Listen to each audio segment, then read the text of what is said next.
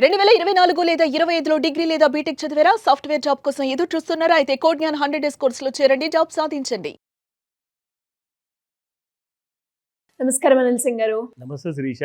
Sir, నేను న్యూస్‌లో చూసాను అండ్ అలాగే చాలా మంది కూడా భయపడిపోతున్నారు. ఎవరైతే బంగారం కొనుక్కుంటారో అంటే పాతగా ఉన్న ఇంట్లో మనకి మన అమ్మమ్మలో లేదంటే మన అత్తమ్మ వాళ్ళు ఇచ్చిన బంగారం ఏదైతే ఉంటుందో దాన్ని ఇచ్చి కొత్త డిజైన్స్ తీసుకోవాలి అనుకున్నా, లేదు అంటే అవసరానికి ఆ బంగారాన్ని అమ్ముకున్నప్పుడు దాని మీద కూడా మనకి ట్యాక్స్ పడే అవకాశం ఉంది అన్నది చాలా మంది కంగారు పడిపోతున్నారు. అది నిజమేనా సార్? ఇంతకీ దానికి సంబంధించిన లేటెస్ట్ అప్డేట్ ఏంటి సార్? పుకారైతే ఉందండి మార్కెట్లో. చాలా మంది భయపడుతున్నారు. అమ్మమ్మ కానివ్వండి, నానమ్మ కానివ్వండి, పాత నగలు ఏవైతే జనరేషనల్ వెల్త్ గా అది ఒకరినొకరు ఇస్తూ వచ్చారు కదా, విరిగిపోయి ఉంటాయి, కాస్తంత అరిగిపోయి ఉంటాయి.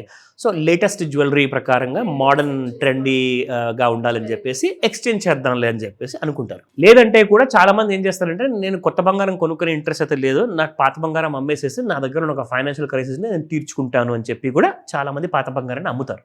దాని మీద జిఎస్టీ మీకు గోల్డ్ మీద అంటే ₹1,00,000 గోల్డ్ ఒకవేళ మీరు ఎగ్జాంపుల్ పాత బంగారం అమ్మేసి మీకు ₹1,00,000 ఇస్తే అందులోంచి మీకు 3,000 కట్ చేస్తారు. ₹3,000 అంటే 3% జిఎస్టీ అని చెప్పి పుకారు మార్కెట్లో. అది 3%, it can be any amount అనమాట. అది 50,000 5 lakhs whatever. But fact of the matter ఏంటంటే, సెకండ్ హ్యాండ్ గోల్డ్, పాతబడ్డ గోల్డ్ మీరు ఏదైతే అమ్మడానికి వెళ్తున్నారో షాపులో ఆర్ ఎవరికన్నా ఫైనాన్సర్కో అమ్మడానికి వెళ్ళినప్పుడు మీరు ఎలాంటి జిఎస్టీ పే చేసే అవసరం లేదు. క్లియర్ కట్గా కేంద్ర ప్రభుత్వము జిఎస్టీ కౌన్సిల్లో ఇది మెన్షన్ చేశారు. మీకు ఇక్కడ నేను వెబ్సైట్లో కూడా చూపిస్తాను కంప్లీట్గా. ఇది మీరు గూగుల్లో వెళ్ళి నేను జిఎస్టీ పే చేయాలా పాత బంగారాన్ని అమ్మినప్పుడు అని చెప్పిన విషయం మీరు టైప్ చేస్తే మీకు అక్కడ క్లారిటీ ఇస్తారు. ఆ విషయాన్ని మనము కన్ఫర్మ్ చేసుకుందాము. ఒకసారి ఇక్కడ మీకు చూపిస్తాను. ఇన్ఫ్యాక్ట్ మీరు కంప్లీట్గా ఒకవేళ మీరు సెర్చ్ చేశారనుకోండి జిఎస్టీ ఆన్ ఓల్డ్ గోల్డ్ అని చెప్పి గూగుల్లో, when you by new gold jewellery you pay 3% GST. This applies to both 22 karat gold, 24 karat gold. But when it comes to selling old gold, the rules are a bit different, especially under the goods and services tax. అంటే ఆ big difference ఏంటంటే ఇక్కడ మీకు డీటెయిల్గా ఉంది, చూపిస్తాను. మీరు కొంటున్నప్పుడు మాత్రం మీరు ఖచ్చితంగా 3% జిఎస్టీ పే చేస్తున్నారు. అమ్మేటప్పుడు if an individual sells old jewellery to a jeweller, no GST is applied. So ఇప్పుడు సంతోషమే కదా, మీరు మీ పండగ హ్యాపీగా జరుపుకోవచ్చు, మీ షాపింగ్ హ్యాపీగా చేసుకోవచ్చు. దేవి నవరాత్రులు, నేను నిజంగా చెప్తున్నానండి, ఇది వరల్డ్లో ఎక్కడ కూడా ఇలాంటి రూల్స్ లేవు.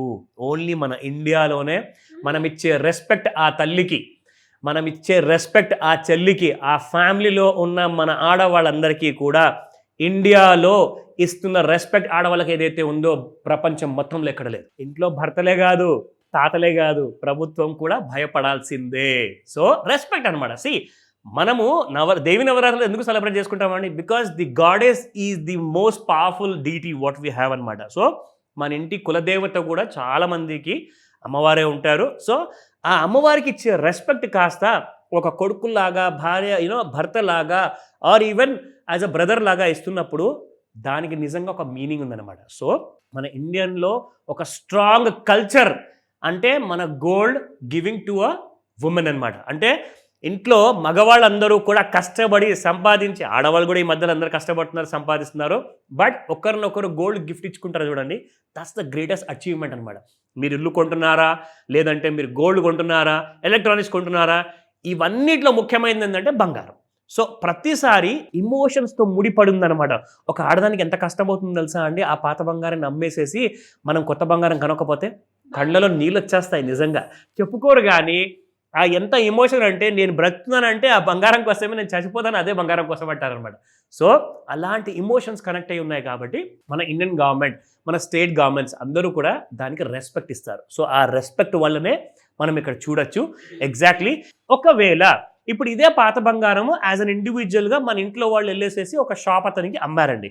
అతను అమ్మిన తర్వాత అతను ఏం చేస్తాడు, దాన్ని కరిగిస్తాడు. కొన్న తర్వాత లీగల్ ప్రకారంగా, అంటే లీగల్ అనమాట, ఎవ్రీథింగ్ ఒక లీగల్ సిస్టంలో ఉన్న లీగల్ పద్ధతిలో కొనేసేసి అతను ఒకవేళ అతను కరిగించడానికో లేదంటే పాత బంగారం ఇచ్చేసి మళ్ళీ కొత్త బిస్కెట్ కొనేసి మళ్ళీ మ్యానుఫ్యాక్చరింగ్ చేయడానికో ఏదైతే ప్రాసెస్ చేస్తాడో, but as a registered gold jewellery business person లాగా వాళ్ళు మాత్రం ఆ గోల్డ్, పాత గోల్డ్ మీద వాళ్ళు 3% జిఎస్టీ వాళ్ళు పే చేయాలి. బట్ మనం కాదు. ఎందుకంటే ఇండివిజువల్స్కి ఫస్ట్ ఆఫ్ ఆల్ అసలు బంగారం కొనడం అంటేనే ఒక కళ నిజమైనట్టు.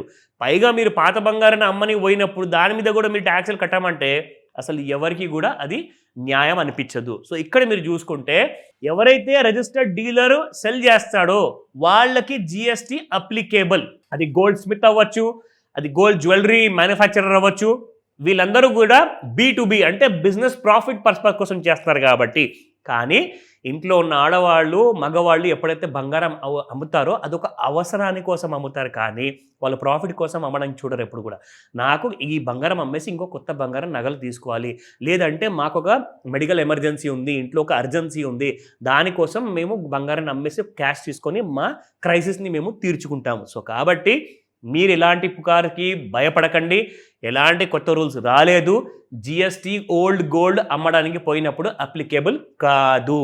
100% ఇండియాలో మన గవర్నమెంట్ ఆఫ్ ఇండియా మనకు క్రియేట్ చేసి ఇచ్చిన ఇదొక స్పెషల్ కైండ్ ఆఫ్ రూల్ అనమాట. సో మీరు government of India GST council కూడా మీరు మెయిల్ పంపించుకోవచ్చు, క్వైరీ చేయొచ్చు. లేదంటారా సుమన్ టీవీలో నేను అవైలబుల్ ఉన్నాను, కాల్ చేయండి. ఏ రోజు కూడా మీకు ఎలాంటి డౌట్స్ ఉన్నా కానీ మీరు నన్ను అడగండి. కానీ ఓల్డ్ గోల్డ్ విషయంలో మీరు భయపడాల్సిన అవసరం లేదు.